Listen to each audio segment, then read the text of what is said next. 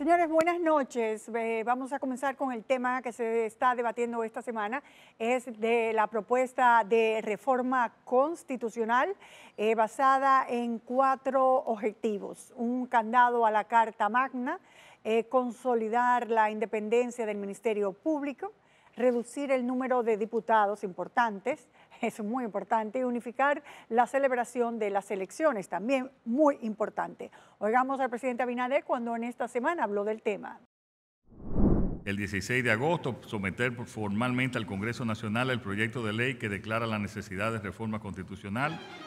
A partir de este anuncio, el presidente Abinader ha socializado el proyecto con varios sectores. Incluso hizo un sondeo con la población a través de las redes sociales de él, donde recibió 114.900 votos por más o menos un 90% de votos a favor a la reforma. Este martes, el consultor jurídico del Poder Ejecutivo, Antoliano Peralta, convocó a más de 50 abogados para recoger sus observaciones. Para analizar los principales puntos de este proyecto, contamos con Francisco Álvarez Martínez, especialista en Derecho Penal, y Roberto Medina Reyes, especialista en Derecho Constitucional. Muy buenas noches a los dos. En este caso, Francisco, ¿es oportuna o no en este momento la reforma? No me parece que sea el momento para tocar esa reforma. Ok. Roberto. Comparto el planteamiento de Francisco porque no creo que estén dado el consenso necesario para poder hacerlo. Bueno, de los 4 ejes que se van a tratar de modificar, Francisco, ¿cuál piensas tú que es el más importante?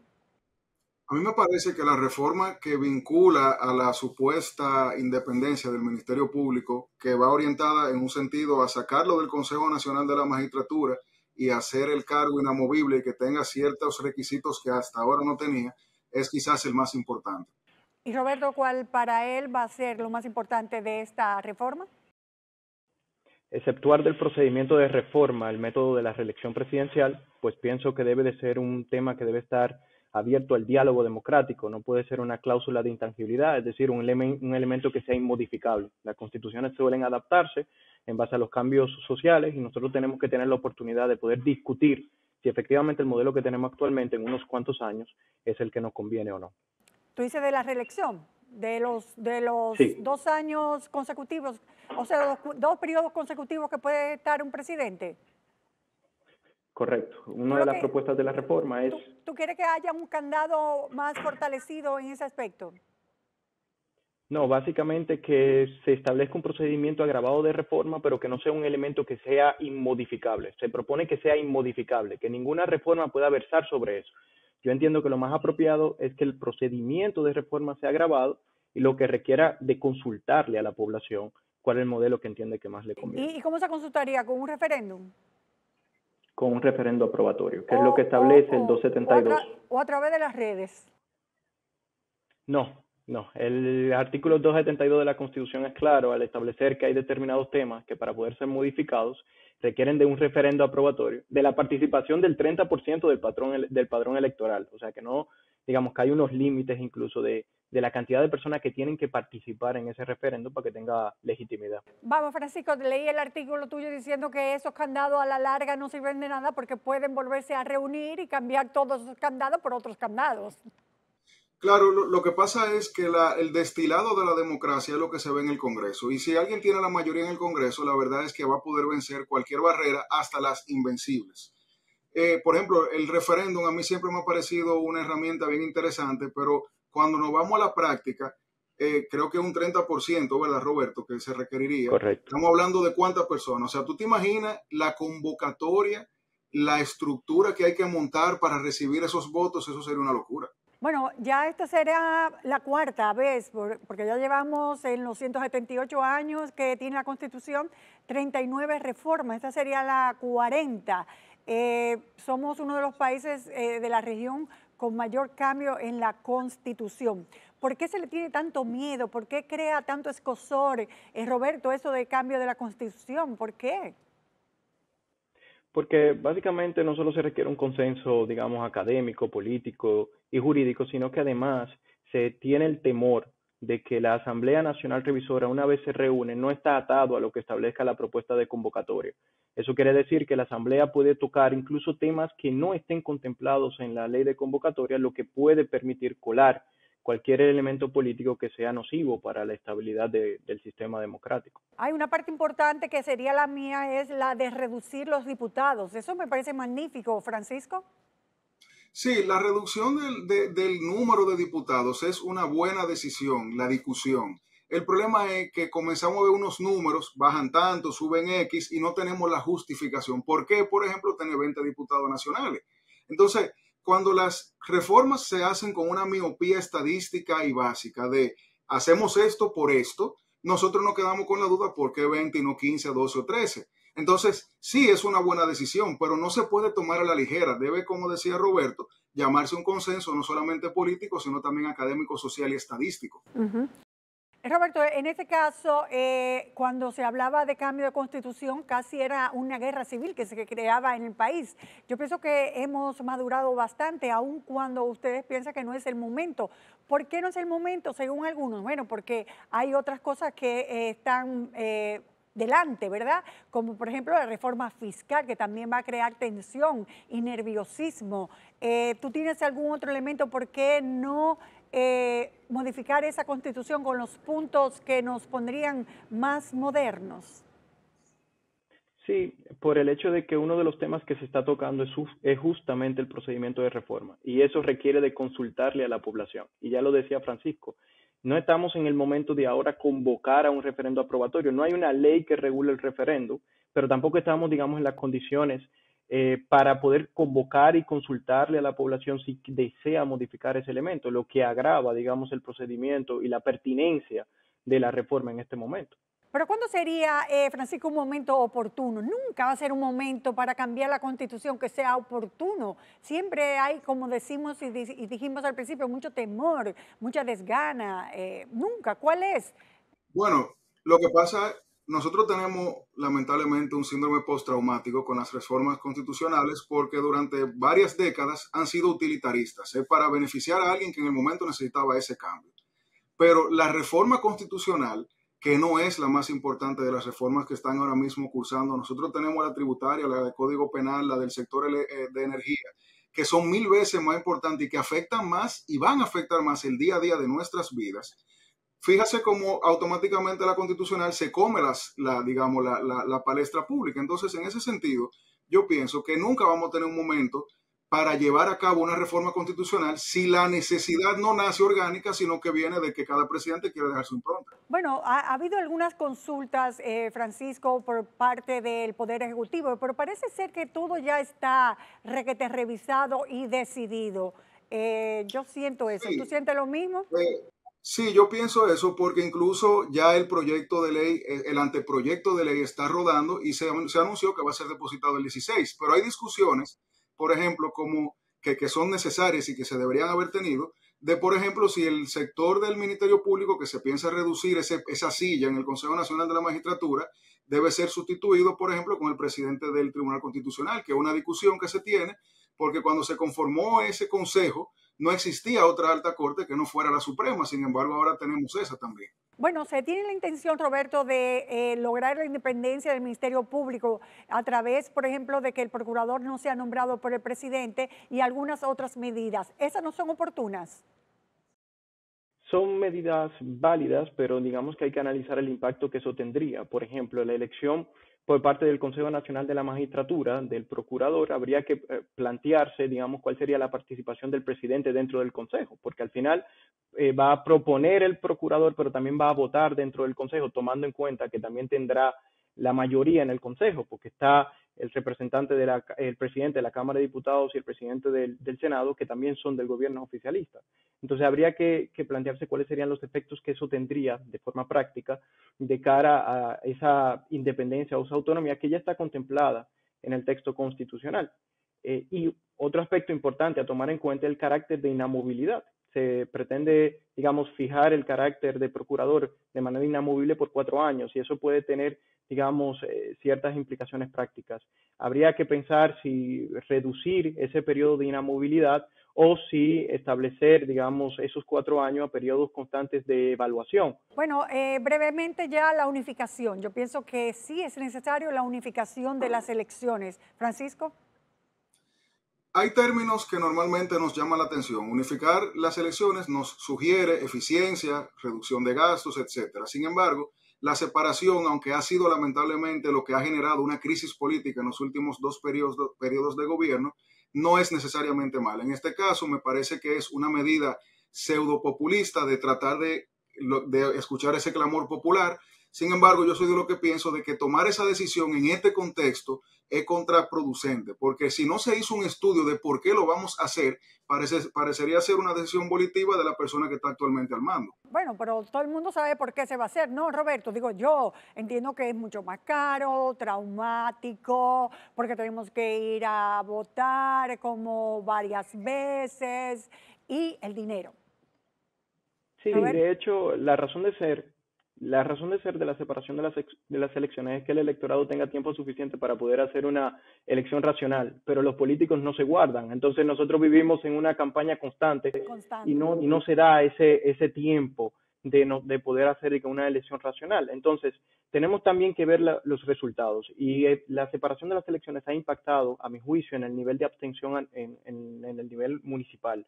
Por tanto, quizás hay que replantearse la unificación para poder garantizar una mayor participación política, especialmente en el nivel municipal, y poder elegir, digamos, representantes municipales que adopten medidas en favor de los municipios. Bueno, es un país todavía laboratorio porque unificamos, desunificamos, probamos, quitamos. Todavía somos un país muy joven y el hecho de que tengamos que nuevamente, en 2015 fue la última vez, reformar la Constitución te lo demuestra.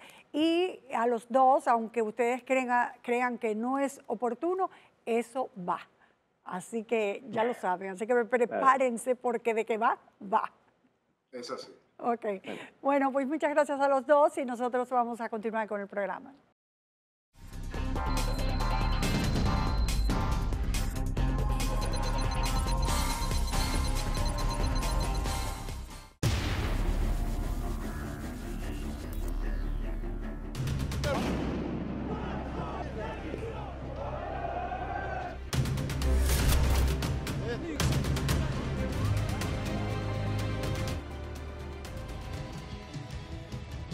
N Digital, cada minuto una verdad. El periódico con las noticias en tiempo real.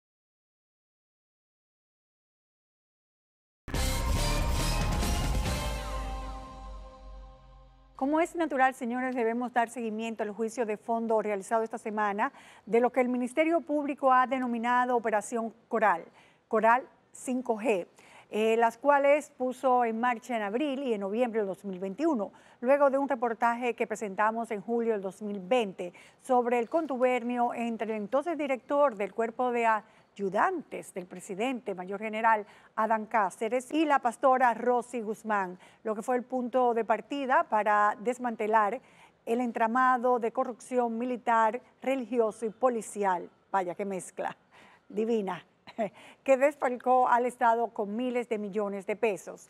En esa semana, el principal testigo del Ministerio Público, el mayor del Ejército, Raúl Alejandro Girón Jiménez, hizo varias revelaciones sobre cómo operaba esta mafia. Primero vamos a recordar ese primer reportaje y volvemos de inmediato. Pareciera que le va mejor con las cosas terrenales que con las cosas del cielo, ya que su empresa Único Real Estate e Inversiones compró varios solares, 9 de 10 en total en las colinas del oeste. Ahora, en esos solares se construyen 4 casas, 3 ya terminadas de 3 niveles y una en construcción. Un complejo con piscina, área recreativa, paneles solares, gazebos, garita de seguridad de entrada. Y uno se pregunta, ¿serán de la pastora? Sus oraciones han sido oídas y podrá pasar a vivir desde este modesto apartamento a una de estas mansiones. Su cercanía mayor es con la cúpula militar, como podemos ver en estas fotos. Pareciera que su amistad es más con el mayor general Adán Cáceres. Cuando lo nombraron, vivía en esta modesta casa del 5º centenario del hipódromo. Pero parece que su estancia aquí luego del nombramiento fue corta y pasó a vivir a esta otra en Colinas del Oeste, un proyecto cerrado dentro de un gran vecindario de edificios y casas en Santo Domingo Este, donde está localizado este nuevo proyecto.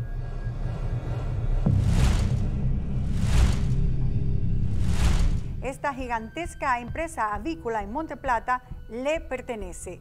Varias naves climatizadas para miles de gallinas ponedoras de huevo, además de pollos. Esta inmensa granja está bajo la sombrilla de la Asociación Campesina Madre Tierra Incorporada del 2014, fundaciones sin fines de lucro dedicada al desarrollo de proyectos agropecuarios productivos. Está a nombre de la pastora Rosy Guzmán.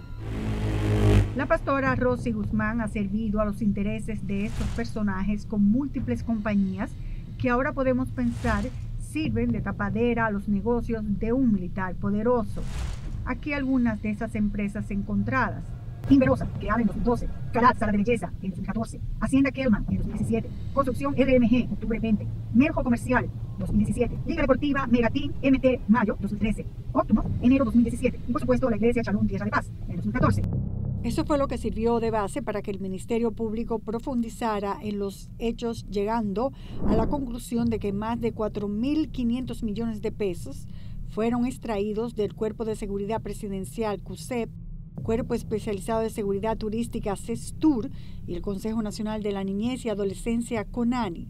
Conozcamos a los principales acusados: General Adam Benoni Cáceres Silvestre, General de Brigada de la Fuerza Aérea Juan Carlos Torres Rubiú, el Coronel Rafael Núñez de Asa, Rosy Maybelín Guzmán Sánchez, la pastora, César Félix Ramón Ovalles, Esmeralda Ortega Polanco, quien fuera gerente del Banco de Reservas y quien facilitó el 90% de las operaciones.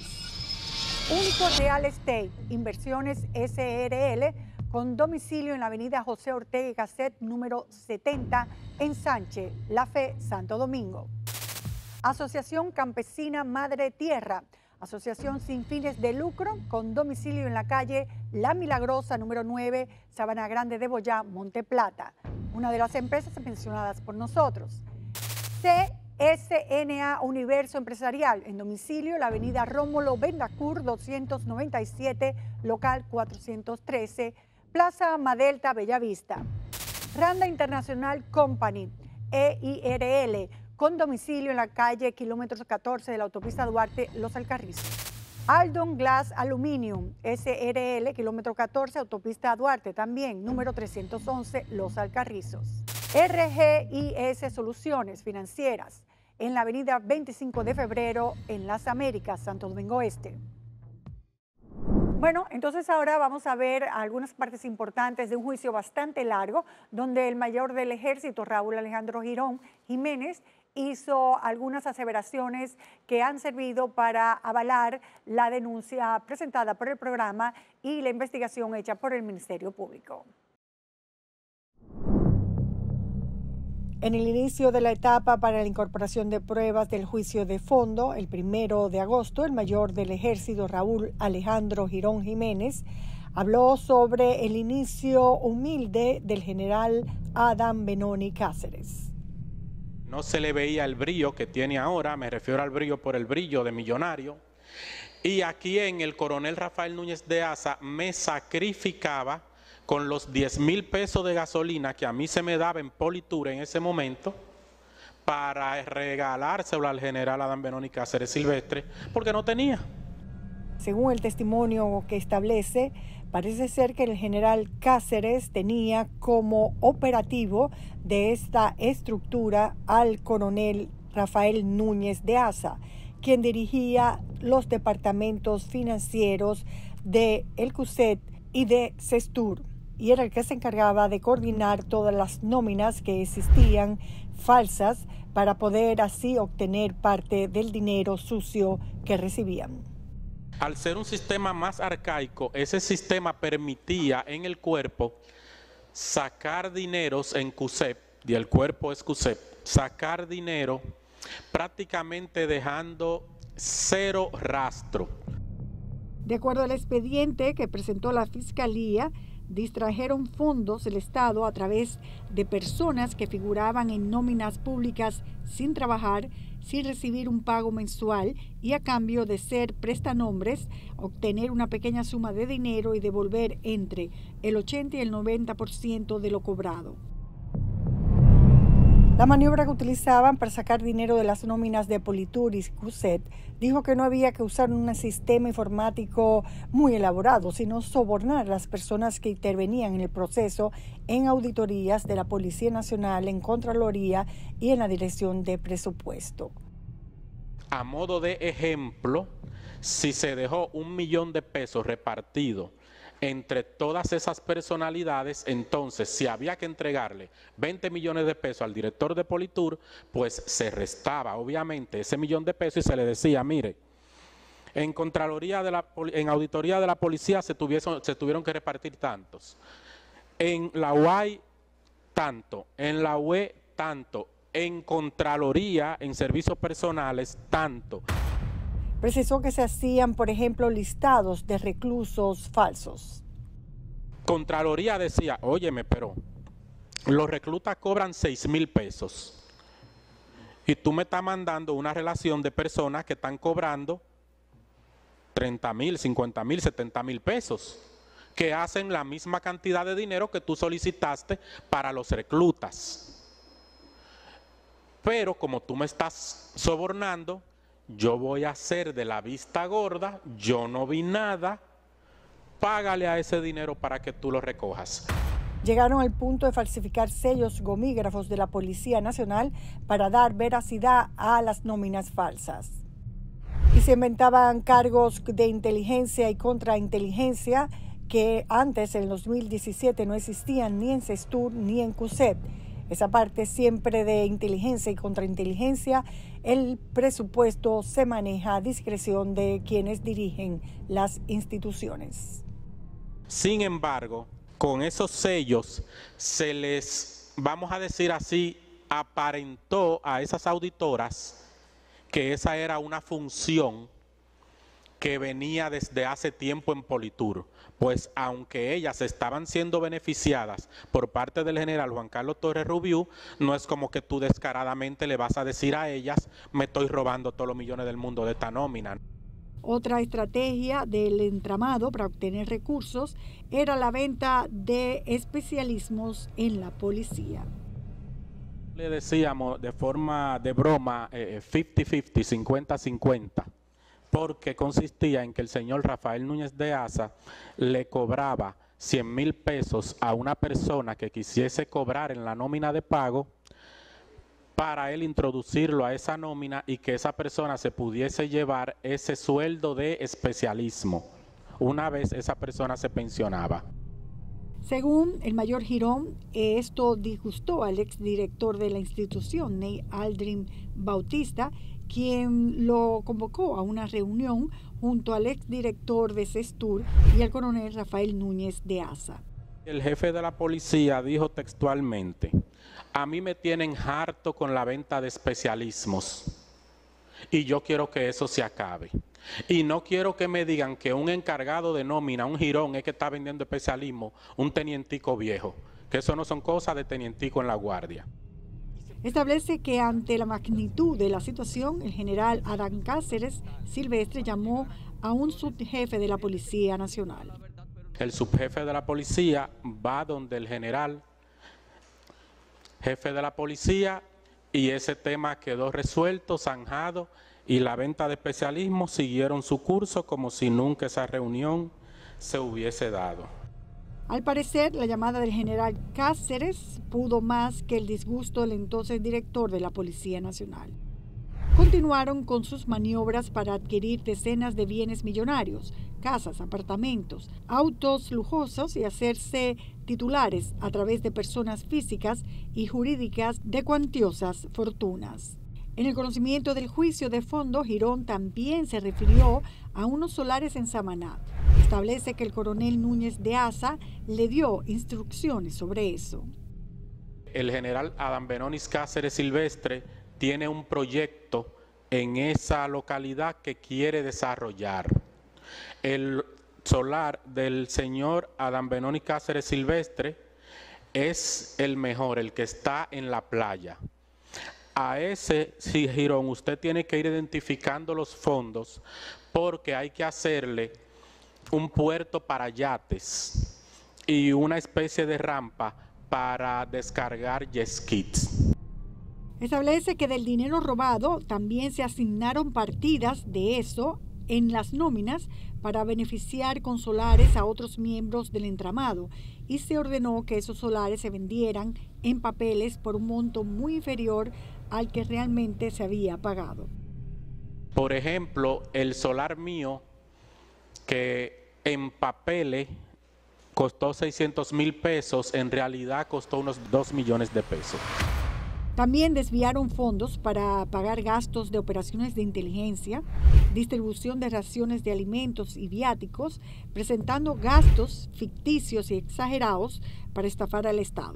Ordenaron a la dirección financiera que eliminara. Contó cómo, sin ningún tipo de control, compraban celulares fuera del país por millones de pesos, pero tenían que ser los celulares que en ese momento de Apple salían por primera vez.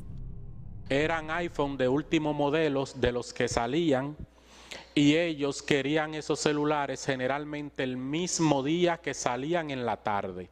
Para eso y por la fiebre que generan esos equipos, había que determinar personas que tuviesen visa americana. Había que pagarles hospedajes en Estados Unidos por 2 y 3 días antes con el dinero que se recolectaba de Politur. En 2014, cuando el general Juan Carlos Torres Rubiú fue nombrado director de CESTUR, el general Adán Cáceres lo convocó a una reunión, donde le informó que Rafael Núñez de Asa era el gerente financiero del CUSET, pero también de CESTUR, y de ese modo repartieran las ganancias con mayor seguridad. Usted se va a ganar un 60-70% que le dan al director de Politur y el otro porcentaje de las ganancias entonces para el general Adán Benonis Cáceres Silvestre. Y para que Rubiú aceptara y no saliera molesto de la imposición, el general Adán Benonis Cáceres le hizo un regalo. Una jipeta marca Jeep, que en ese momento era la del año y la que a él más le gustaba, la full, la más cara, como es evidente. Que se adquirió, como no podía ser de otra manera, en el mismo dealer de la Núñez de Cáceres, que era donde el coronel Rafael Núñez de Asa tenía sus contactos para mandar a buscar el vehículo que él quisiese. Con relación al exdirector de CESTUR, el general Juan Carlos Torres Rubiú, Girón declaró que, dependiendo de lo que éste quisiera ganar en un mes determinado, Miguel Ramírez, como contador de la institución, tenía la obligación de solicitar a presupuesto esos fondos adicionales. Pero eso no es algo como decirle de boca a Girón, yo me quiero ganar 10 millones más este mes, búsquemelo. No, el general Juan Carlos Torres Rubiú y el coronel Rafael Núñez de Asa tenían que hacer una solicitud de presupuesto a presidencia. Solicitud de presupuesto que siempre venía aprobada porque el mayor general Adán Benonis Cáceres Silvestre hacía las gestiones para que eso así pasara. El director general de CESTUR, el general Juan Carlos Torres Rubiú, manejaba al detalle estas nóminas de la institución al punto que le ordenó incluir el pago a las empleadas domésticas de su hogar. Me ordena excluir a 2 empleados de la nómina civil de Politur, de la Tesorería de la Seguridad Social, y que incluya en la Tesorería de la Seguridad Social a las 2 empleadas domésticas que él tenía en su casa. ¿Por qué? Porque eso le granjeaba al general no tener que pagar Tesorería de la Seguridad Social. Ante el tribunal, el mayor Girón también reveló que el coronel Núñez de Asa lo hostigó para que le consiguiera la cédula de su papá para la compra ficticia de un inmueble en el centro turístico en Samaná, Balcones del Atlántico, que sería para el director en ese momento de CESTUR. Le dije a mi papá, yo lo que necesito es salir de los jefes ahora, no se preocupe porque usted no va a firmar nada. Pero resulta que ustedes sí tienen algo firmado de mi papá, ahí en las evidencias. Lo que quiero dejar constar aquí es que eso es falso, que mi papá nunca firmó esa venta, ni ningún dinero ni nada. De hecho, Rosy en su vida ha visto a mi papá más que por esa cédula. Es todo lo que Rosy ha tenido contacto de mi papá. Ellos falsificaron esa firma. La estructura que crearon tenían varias cabezas recolectores de dinero, que podían ser también algunos gerentes de varias instituciones ligadas a CESTUR y a CUSET, y su responsabilidad era entregar el dinero a los jefes para sus gastos personales.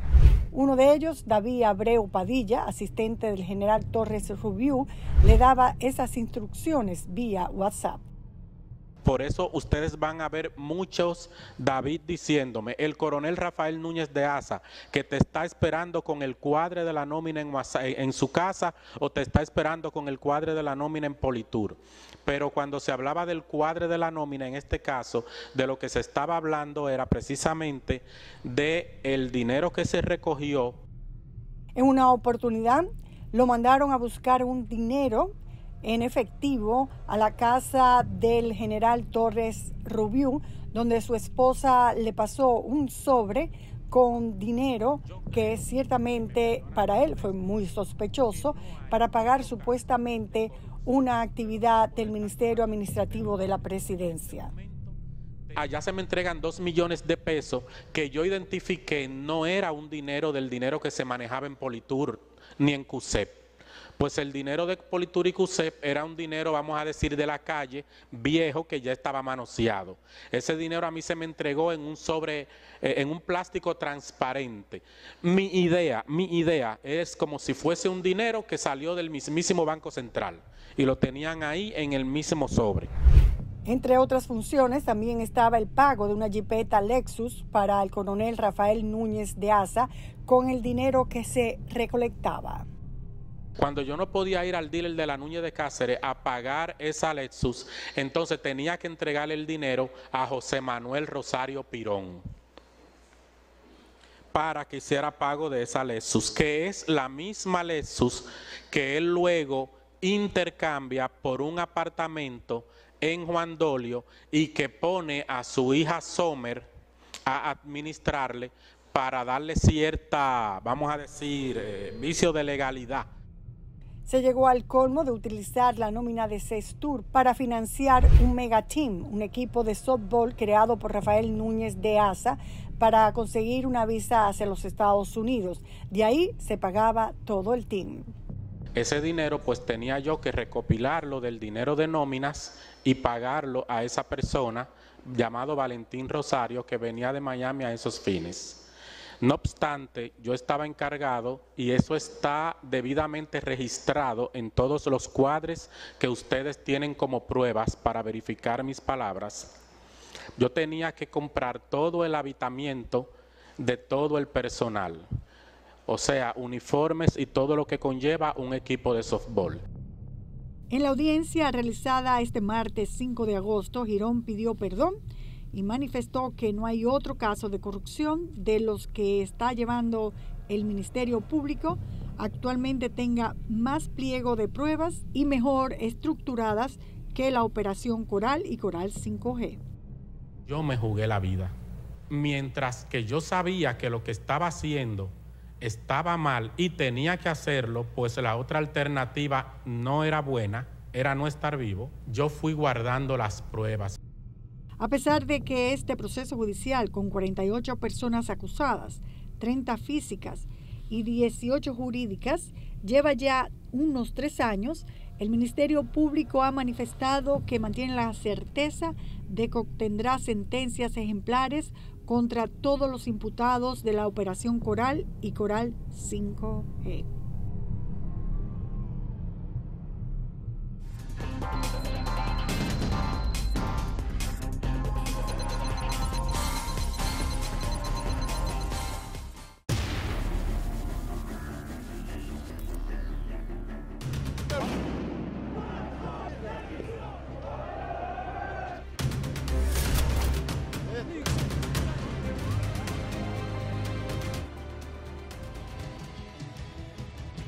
N Digital, cada minuto una verdad.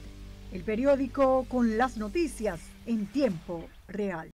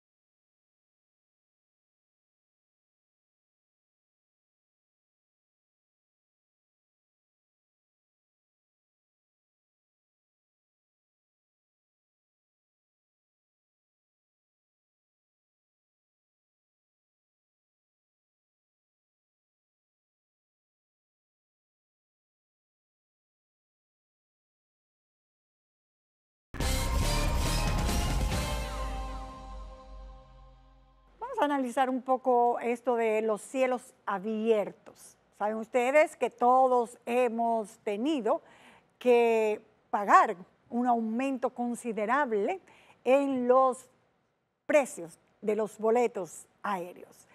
Especialistas lo atribuyen principalmente, es un hecho, a los impuestos que tenemos que pagar, también al aumento de la demanda y de los costos del combustible, así como el impacto económico de la pandemia todavía del COVID-19. Pero también hay otro elemento y es la falta de competencia en el sector.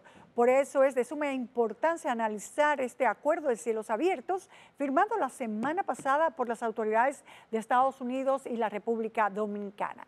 Pero verdaderamente, ¿en qué consiste esta iniciativa? ¿Será beneficioso o perjudicial para la industria nacional y para los viajeros? Vamos a ver qué hay detrás de este acuerdo de cielos abiertos y vamos a tratar de explicarlo para que todos podamos entenderlo mucho mejor. Hoy es un momento singularmente histórico para la aviación de nuestro país, pero también para toda la República Dominicana. Así valoró el presidente Abinader la firma del acuerdo de cielos abiertos suscrito con Estados Unidos. Este tratado consiste en liberalizar los servicios aéreos internacionales y permitir una mayor competencia entre las aerolíneas.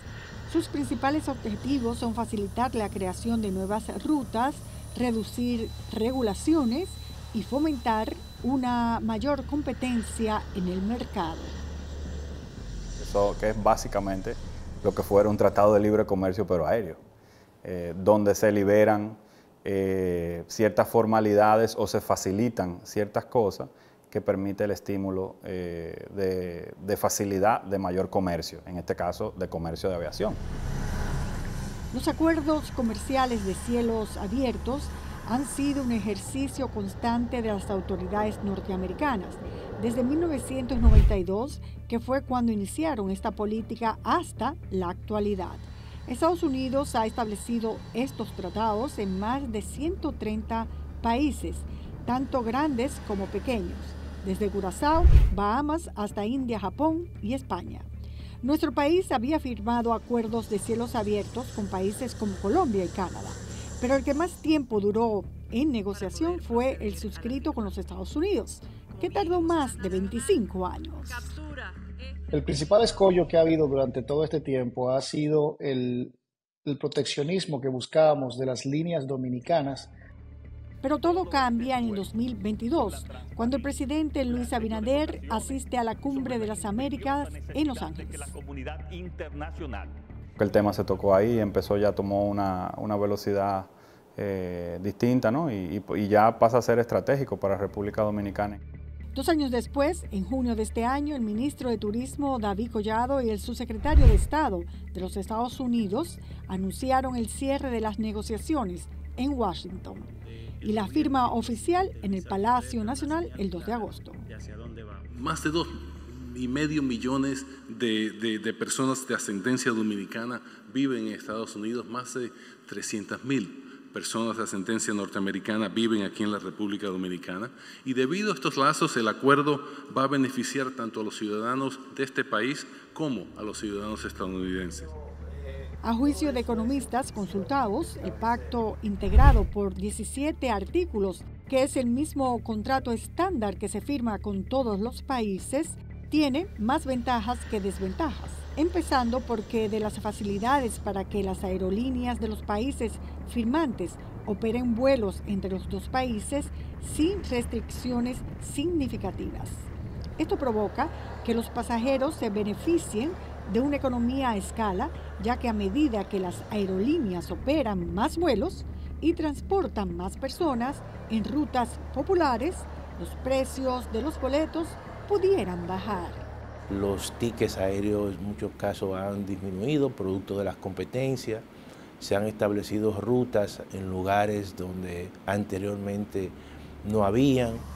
Otro elemento que, aparte de la competencia de aerolíneas, ayudara a bajar los costos de los pasajes aéreos sería la reducción o eliminación de las tarifas arancelarias y otros costos aduanales dispuestos por los gobiernos. Los impuestos estatales que se aplican a la compra de un pasaje aéreo en la República Dominicana pueden variar dependiendo de la aerolínea, el destino y la clase de servicio. Entre los impuestos y tarifas que suelen aplicarse está el de salida. Para los pasajeros que salen del país, suelen estar incluidos en el precio del boleto, cuyo costo es de unos $20, el 18% del ITEVI, una tarifa de seguridad de $2.50 y otra tarifa aplicada por la Junta de Aviación Civil que puede variar dependiendo de la ruta. Estos impuestos superan los $100, sin contar el 18% del ITEVI, superando por mucho la carga pagada en cualquier parte de los Estados Unidos por el mismo concepto. Un ticket aéreo, por ejemplo, hacia quizá una zona, Puerto Rico, que es una zona obviamente norteamericana, y tú encuentras que en determinado tipo de tickets te pueden salir hasta en $500 cuando está a media hora. Y tú calculas cuánto está pagando de impuestos y evidentemente eso representa casi un 30%. La significativa cantidad de impuestos definidos en el país es una de las causas de por qué los boletos comprados en nuestro país suelen ser más caros que los adquiridos en el extranjero. Por ejemplo, un ticket de Santo Domingo a Nueva York ida y vuelta comprado en el país oscila entre $400 y $600. Si es comprado desde Estados Unidos, cuesta desde $300 a $500. ¿Y qué decir si compramos un vuelo de Nueva York a Londres, que a pesar de la distancia tiene un costo de apenas unos $500? Sale más económico irse de Nueva York a Londres que de Nueva York a República Dominicana. En base a esto, algunos establecen que con este acuerdo entre República Dominicana y Estados Unidos se ha instalado una falsa expectativa en torno al desplome masivo de los precios de los boletos aéreos. La tasa impositiva de los pasajes, eso no se ha hablado de que se vaya a reducir.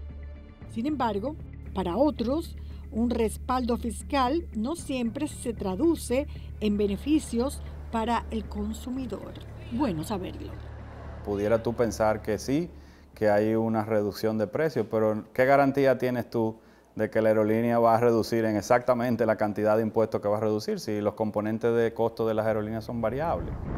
Pero sería un gran alivio económico para las aerolíneas, las cuales estarían en capacidad de brindar mejores ofertas, más competitivas. Pilotos y otros sectores de aeronáutica nacional consideran que el acuerdo beneficiará más a los Estados Unidos que a República Dominicana, como siempre, debido a que las aerolíneas estadounidenses suelen estar en una posición mucho más fuerte para competir en términos de flota, tecnología y capacidad para capturar una mayor cuota de mercado en comparación con las 4 compañías supuestamente dominicanas que actualmente están en operación: Air Century, Arajet, que a pesar de no contar con el 35% del capital dominicano que establece la Ley de Aviación Civil, el Poder Ejecutivo le otorgó un permiso especial para operar como si fuera dominicana. Sky High, propiedad de cubanos nacionalizados dominicanos, y Red Air, que aun cuando se dice que el socio mayoritario es dominicano, es Voz Populi, que el capital es venezolano.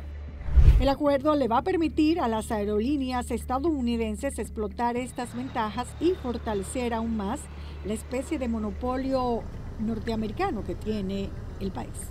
Ellos tienen 99% de las rutas.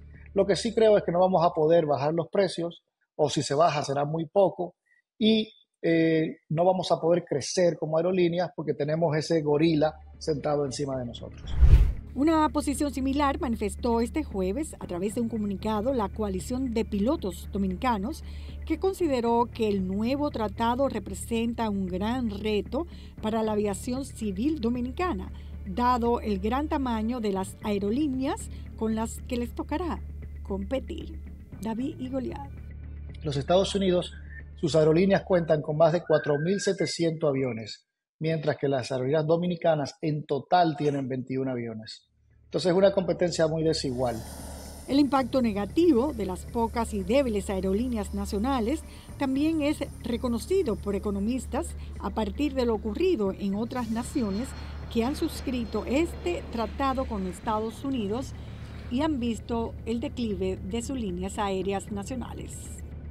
Hay alianzas entre sectores para afrontar la competencia y también en otros casos muchas líneas que son nacionales pero de capital estatal desaparecen por evidentemente no están en condiciones de competir. Mientras, grupos han establecido que Arayé sería uno de los principales beneficiarios, ya que aun cuando el gobierno dominicano le dio un permiso especial como aerolínea nacional, Estados Unidos no la reconoce como tal. Pero con ese acuerdo de cielos abiertos, Estados Unidos podría flexibilizar estas exigencias. De su lado, otros sostienen que los beneficios serían numerosos para la economía nacional, debido a que permitirá la inversión extranjera en aerolíneas dominicanas. Con el acuerdo de cielos abiertos, la capitalización de actores extranjeros en una empresa dominicana no pone en riesgo la categoría de aviación dominicana. También impulsa el turismo, una de las principales actividades económicas de nuestro país. Sería un error ser de los pocos países que no tienen acuerdos aéreos con los Estados Unidos. En el comunicado de la coalición de pilotos, planteó que el gobierno debería preocuparse en crear una mesa de trabajo con todos los actores del sistema para definir una estrategia que les permita competir con Estados Unidos y acercarse un poco a su nivel de términos educativos y laborales. Si queremos crecimiento del sistema de aviación civil dominicano, tenemos que invertir en esa educación. Lo mismo con las universidades. No tenemos carreras, licenciaturas, maestrías en ciencias aeronáuticas, meteorología, despacho, ingeniería aeroespacial. Previo a la entrada en vigencia del acuerdo, hay todo un proceso, ya que todo tratado internacional primero tiene que pasar por el filtro del Tribunal Constitucional para que determine si es conforme con la Constitución o no, y luego pasará al Congreso para su ratificación. Dos escalas forzosamente necesarias que esperemos que no duren mucho. Ojalá sea lo antes posible y que en el ínterin encontremos solución a muchas de esas preocupaciones que pasan a ser legítimas, porque yo creo que va a haber más oportunidad para pilotos dominicanos. Solicitamos una entrevista a la Junta de Aviación Civil a través de Relaciones Públicas para tener un punto de vista oficial.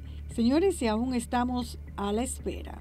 Nadie sabe nada, la directora de Relaciones Públicas no contesta y todavía supuestamente es Marte Piantini el presidente de esa junta, aun cuando ya el gobierno lo sustituyó y puso al señor Porchela. Según datos del Ministerio de Turismo, en 2023 llegaron 32,000 vuelos desde Estados Unidos y se espera que en 2024 esta cifra supere los 40,000. Solo el tiempo dirá si efectivamente este acuerdo de cielos abiertos se traducirá en boletos aéreos más asequibles, más inversiones, más intercambio comercial y de turismo, más competitividad, o si el temor de algunos pilotos se hará realidad, que líneas aéreas nacionales desaparecerán, las pocas que hay, y que no se logren mejorar los precios de los tickets, y que los cielos abiertos pasen a ser cerrados para la aviación dominicana y para los pasajeros dominicanos, cada vez más afectados por el alto costo de los boletos.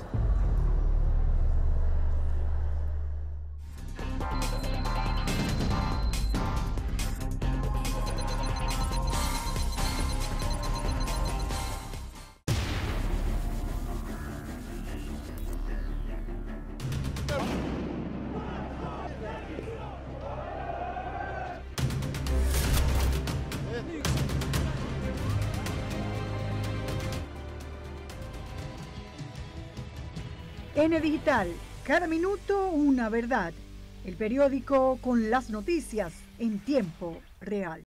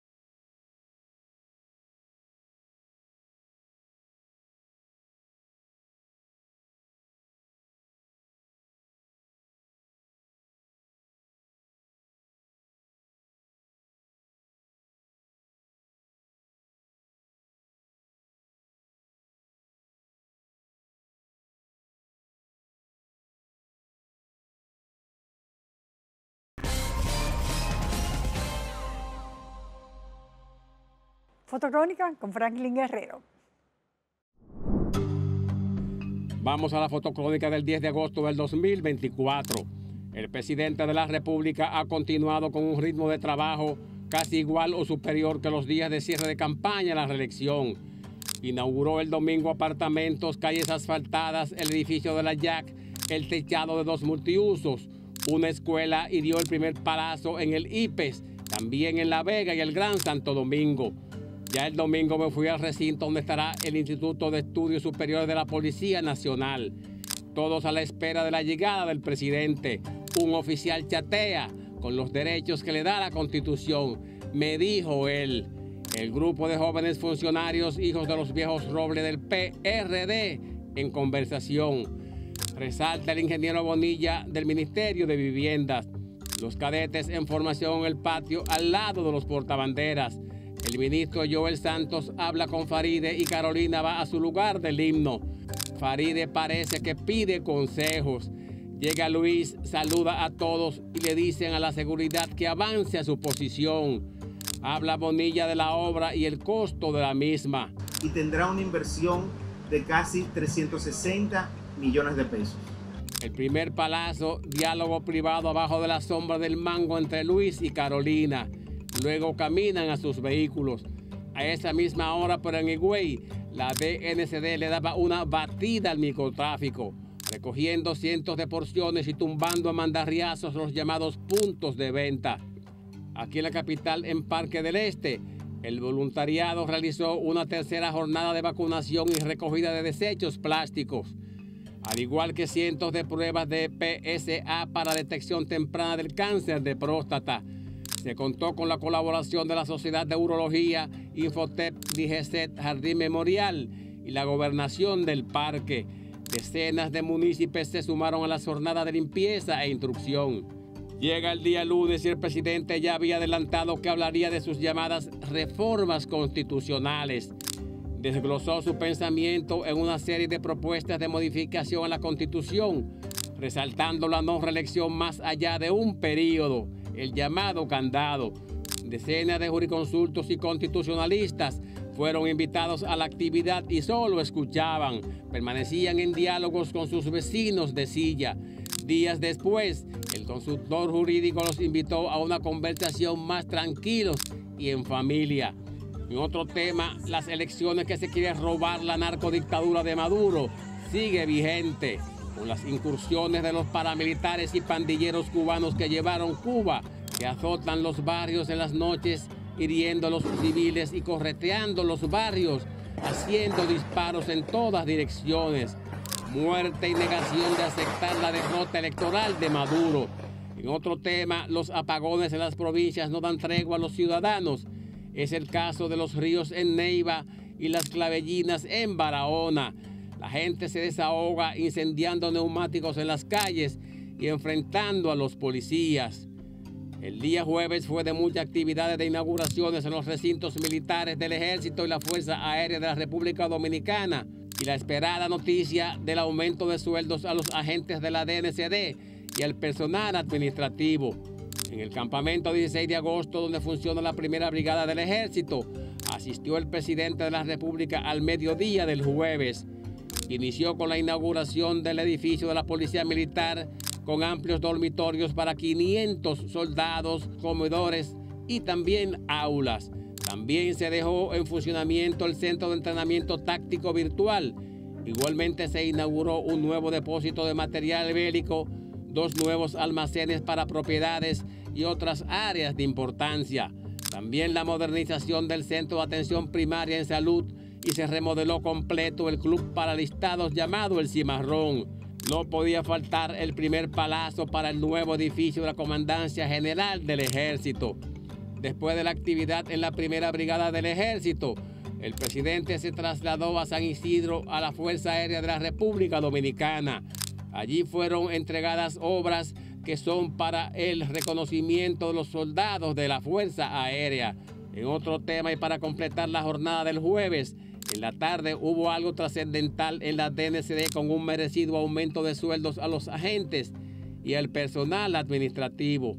A las 3 de la tarde llegó el vicealmirante Cabrera Ulloa uno de la DNCD acompañado del ministro Joel Santos. Los invitan a tomar lugar al lado del podio. Los agentes esperando buenas noticias. Habla Cabrera y resalta el trabajo de los agentes y oficiales y dicen que eso se va a premiar. Buscan el documento de soporte del presidente Abinader entre los papeles que dice de los aumentos. Que van entre un rango de un 50 a un 150%. Los aumentos a los agentes que ganaban 11,000 pesos mensuales ahora los van a llevar a 29,000. Dice Joel Santos que los volúmenes de incautaciones son superiores a los últimos 4 años. Da las gracias, la foto oficial de ese memorable día y el vicealmirante saluda a los oficiales y luego camina despidiendo al visitante ministro Santos. En otro tema, ya a mitad de semana la DNCD había resaltado el trabajo de sus agentes que habían rechazado ofertas y hacerse cómplices de algunos puntos de drogas. En ocasiones anteriores, algunos oficiales fueron identificados como sospechosos de ser parte de las redes y fueron sacados de la DNCD. Los agentes de la DNCD, que no son militares, son los que reciben las agresiones en las calles, bregan con los piperos en los callejones y en muchos casos son asesinados cerca de sus casas cuando son ubicados. Excelente reconocimiento a todos ellos. Buenas noches, vamos a darle ahora el turno a Sergio Carlo en la Antinoti.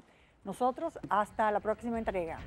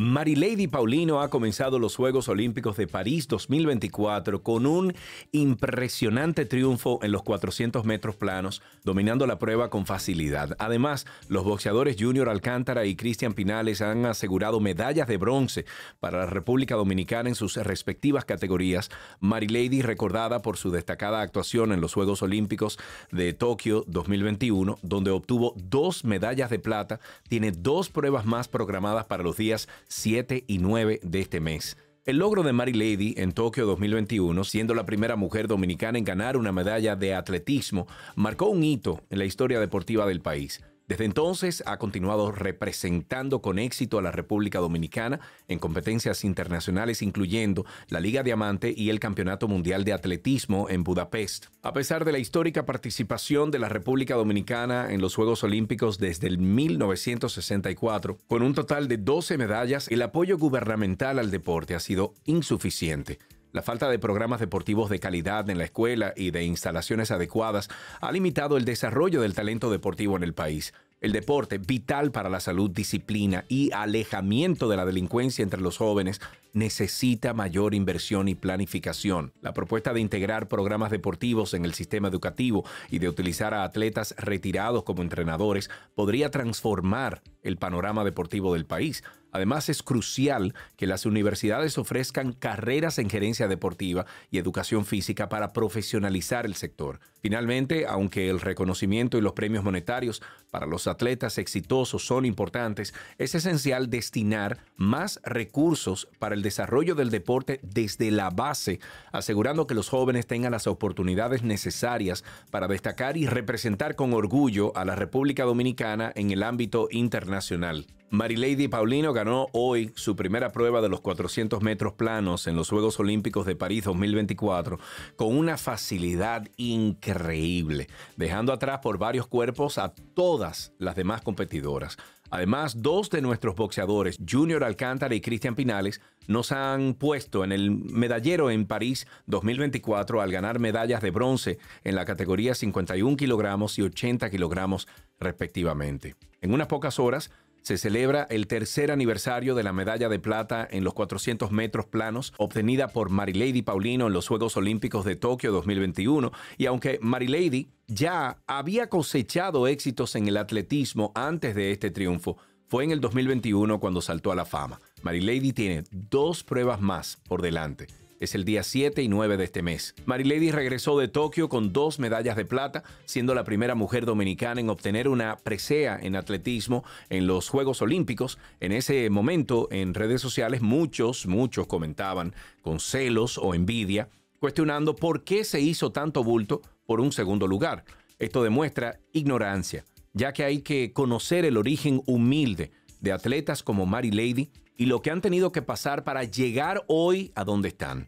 Solo esos muchachos y sus familias saben todas las precariedades que han vivido porque el deporte no siempre lleva al éxito. Después de Tokio, esta atleta ha seguido poniendo en alto la bandera de República Dominicana en las más importantes competencias de atletismo del mundo, como la Liga Diamante y el Campeonato Mundial de Atletismo el año pasado en Budapest. Desde el 1964, cuando se celebraron las primeras Olimpiadas en Asia, en Tokio, la República Dominicana ha participado en los Juegos Olímpicos. En estos 60 años, el país ha obtenido 12 medallas, 3 de oro, 6 de plata y 3 de bronce, siendo la primera la que obtuvo Pedro Julio Nolasco, bronce en boxeo masculino en los Juegos de Los Ángeles 1984 en la categoría de 54 gramos. Si los dominicanos han puesto el nombre de nuestro país en el mapa deportivo mundial, obteniendo medallas aún con las precariedades, con las limitaciones, con la pobreza que les rodea, ¿no creen ustedes que deberíamos poseer unas 25 o 50 medallas en nuestro haber y quién sabe si más? La respuesta es sencilla y triste al mismo tiempo, sí, pero a nuestras autoridades no les ha dado la gana. Y no estamos hablando solo de medallas olímpicas. Nuestro país tiene las condiciones para ser competitivo a gran escala en cualquier evento deportivo, excepto en el Mundial de Fútbol. Lamentablemente, el deporte no es una prioridad para nuestros gobiernos. Esto se manifiesta en que las autoridades de educación no se enfocan en programas deportivos de calidad dentro del sistema escolar y tampoco hay opciones para aquellos que destacan que reciban entrenamiento de atletas y entrenadores calificados. El deporte dentro del currículum educativo es sumamente importante porque ayuda a los estudiantes a concentrarse, les enseña disciplina, los mantiene alejados de los peligros de las calles, ya que la preparación deportiva debe comenzar a temprana edad. Pero es tan deplorable el interés por el deporte en este magnífico país que incluso el propio Centro Olímpico, donde se encuentran las oficinas del Ministerio de Deporte, se está cayendo a pedazos. Hemos tenido ministros y más ministros y nadie se les ha ocurrido hacer un plan conjuntamente con el Ministerio de Educación para que las escuelas sean el primer punto de enseñanza de las disciplinas deportivas. Entonces, qué bien nos vendría tener a muchas Marilady con o sin medallas, pero que practiquen un deporte con amor y dedicación y luego transmitan sus capacidades. El desarrollo del deporte en el país es necesario y no solo para ganar medallas en competencias internacionales. ¿Por qué nuestras universidades no ofrecen carreras de gerencia deportiva, gestión de centros deportivos, educación deportiva? Nuestras universidades gradúan anualmente, por ejemplo, miles de abogados que luego terminan como choferes de taxi o cajeros en, un supermercado o banco y terminan mendigando un puesto de trabajo, sintiendo que estudiar no vale la pena. Insistimos, debe elaborarse un plan que tenga en cuenta todas esas cosas. La otra parte es el populismo y el figureo. Cuando un atleta gana una medalla, ahí viene una algarabía o un atribuirse el éxito, cuando muchos de esos muchachos han declarado que ni siquiera tenían zapatos para practicar, pero que tampoco las instalaciones deportivas son las apropiadas para desarrollarse y hasta corren el riesgo de lesionarse. Ojalá que nuestros atletas traigan muchas medallas y que les den 50 millones por cada presea. Porque ¿qué son 50 millones comparados con lo que se roban nuestros políticos? Ahora, no tengamos el deporte solo para sacarle filo y ventajas políticas. Ojo, ayudemos a nuestros niños y jóvenes a ser competitivos y a sentir orgullo al representar a su nación en cualquier competencia internacional, que ellos se conviertan en modelos a seguir.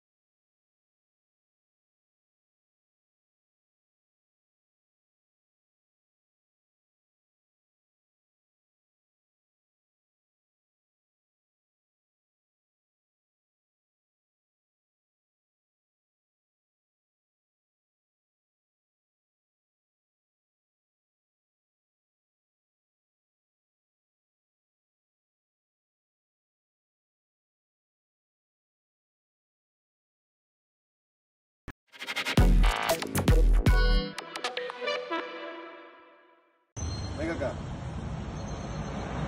Disciplina, mira, tú te vas a pasar mucho, pero usted no te lo voy a pasar. Venga, mire con él. No, José Manuel. José Manuel. No dice Francisco. Brilla. José Manuel. No, Francisco. Dice Francisco. Increíble. Ahí dice Francisco, ahí. Ahora pasa atención. Está increíble. Pasa atención a mí. Pasa atención a mí. ¿Por qué es esto? ¿Por qué es esto? Esto que ustedes ven ahí es el pan nuestro de cada día en esta República Bananera. Es algo que está tan arraigado en nuestra cultura dominicana que ya lo vemos como algo normal. Porque la mayoría de los que tienen un cargo público en esta bella media isla, aunque no todos, se creen omnipotentes y dueños del mundo. Fíjense, señores, días atrás, mientras yo conducía por la autopista Las Américas, yo tuve una experiencia que he tenido anteriormente y yo sé que muchos de ustedes también, pero que me dejó claro que esta selva no va a cambiar nunca.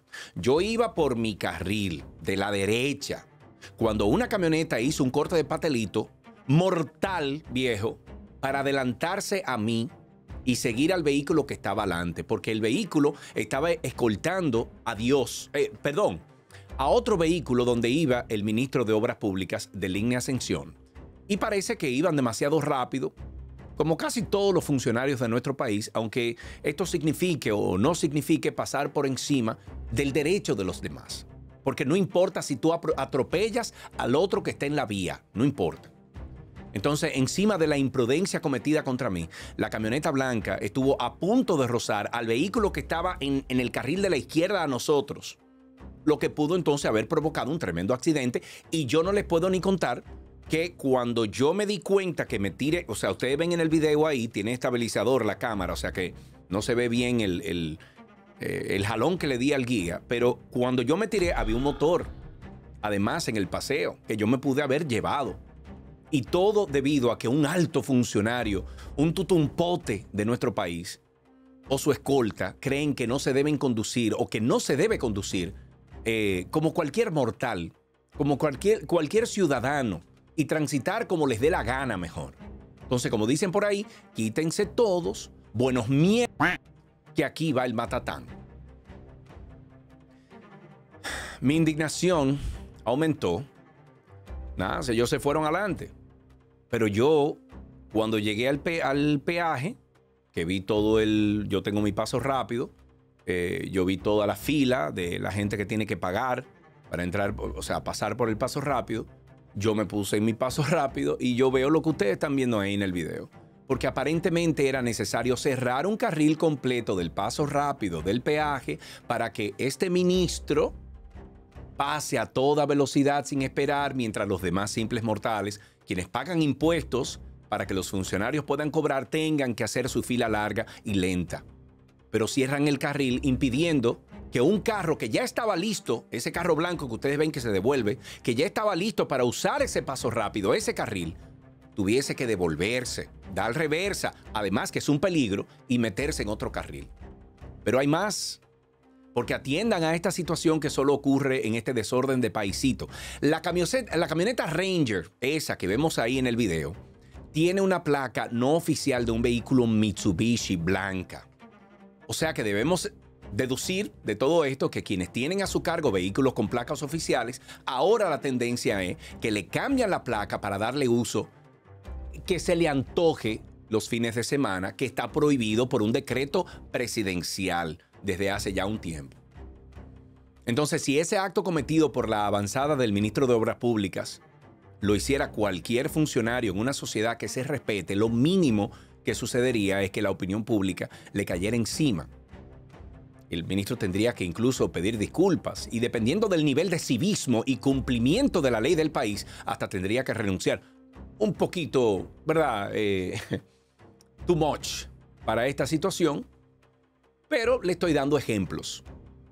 Porque por si acaso usted, mi querido, no lo sabe, mi querido Saltamontes, en países como Dinamarca, Finlandia, Países Bajos, desarrollados, hasta el primer ministro anda en las calles como un ciudadano más cualquiera.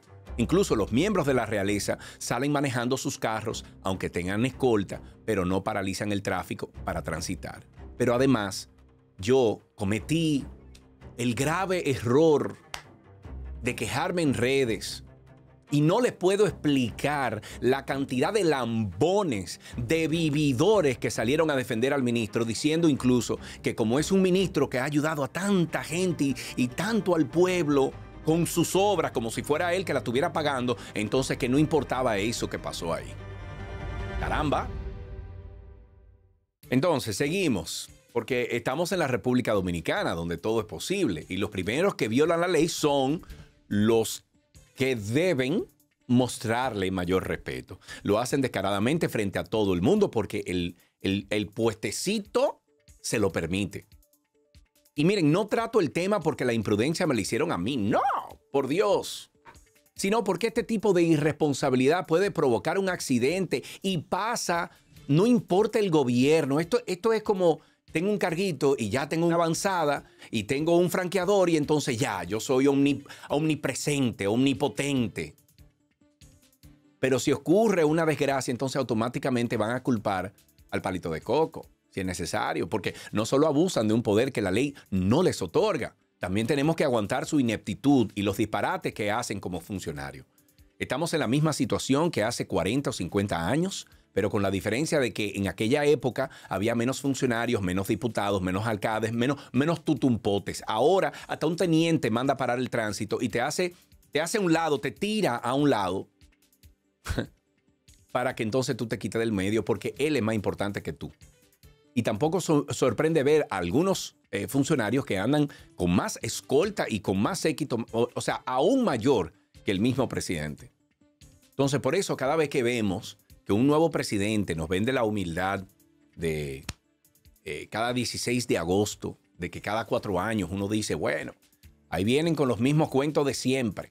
Eso es lo que uno tiene que decir, porque escuchamos frases de el que no me pueda decir algo en público, que no me lo diga al oído, pasando por prohibido las compras de jipeta por 2 años, llegando a actuaré por el simple rumor público. El populismo y la demagogia han estado presentes en ese escenario donde juran respetar la Constitución de la República. Entonces, imagínense que en este caso específico se trata de un funcionario que, según algunos, siempre habrá opiniones, pero que no ha dado pie con bola con el cargo y que por las cosas que ha hecho y no ha hecho, debería haber sido sustituido hace mucho o destituido porque lo cambian para otro. Pero ahí está. Y quién sabe si seguirá ahí mismo. No sabemos si es por amistad, compromiso político o qué. Pero este funcionario ni siquiera ha podido resolver lo de las juntas de expansión del Puente Duarte, que en su administración han sido reparadas por lo menos 3 veces. Entonces no queremos funcionarios perfectos ni presidentes con reputación de santos. Lo que sí queremos es ver individuos en los puestos públicos que sepan que son de carne y hueso y que comen, mean y pan, igual que cualquiera de nosotros, y que por ser funcionarios deben respetar la ley aún más que los demás. Es importante destacar que esto no es nuevo, como le he dicho anteriormente, no es nuevo de este gobierno, aunque sí hace ruido cuando tú oyes a un presidente de la República que pertenece al mismo partido que dice el cambio es el cambio lo otro. Pero es lo mismo. En los gobiernos del PLD, los del comité político se creían, señores, una casta superior y los demás seres humanos eran nada, basura. Y en este gobierno hay gente que desde que fueron nombrados ya andan levitando por ahí. Entonces no podemos recibir solo decepción con cada gobierno, porque esos pequeños detallitos, esas pequeñas faltas, una mínima violación, sí tienen importancia. Y no es una violación a la ley andar con una placa que pertenece a otro vehículo en cuestión. Eso se lo hago yo, le pregunto yo a ustedes. No es una violación a la ley que usted le ponga ahora mismo a su carro la placa de otro vehículo. Pero eso es delictivo. Eso es para usted ir a delinquir a la calle. No es cruzar en rojo o irse en vía contraria a un delito. Todo eso dice mucho de las autoridades que tenemos, porque la ley entra por la casa. Estamos cansados de ver cómo cada día vamos más y más para atrás, y por eso es que decimos, no es hablar bonito, no es vestirse de blanco porque el presidente use camisa blanca, no es andar en el mismo tipo de jipeta que el presidente, porque el presidente tiene una, lambón. Vamos a respetar a los ciudadanos, vamos a demostrar que a cierta gente el cargo no le queda tan grande, que cogen un bajo a prepotencia. Si los que deben poner las reglas y respetar las leyes no lo hacen, entonces este país seguirá jodido y sumido en el desorden. ¡Que viva el ministro de Obras!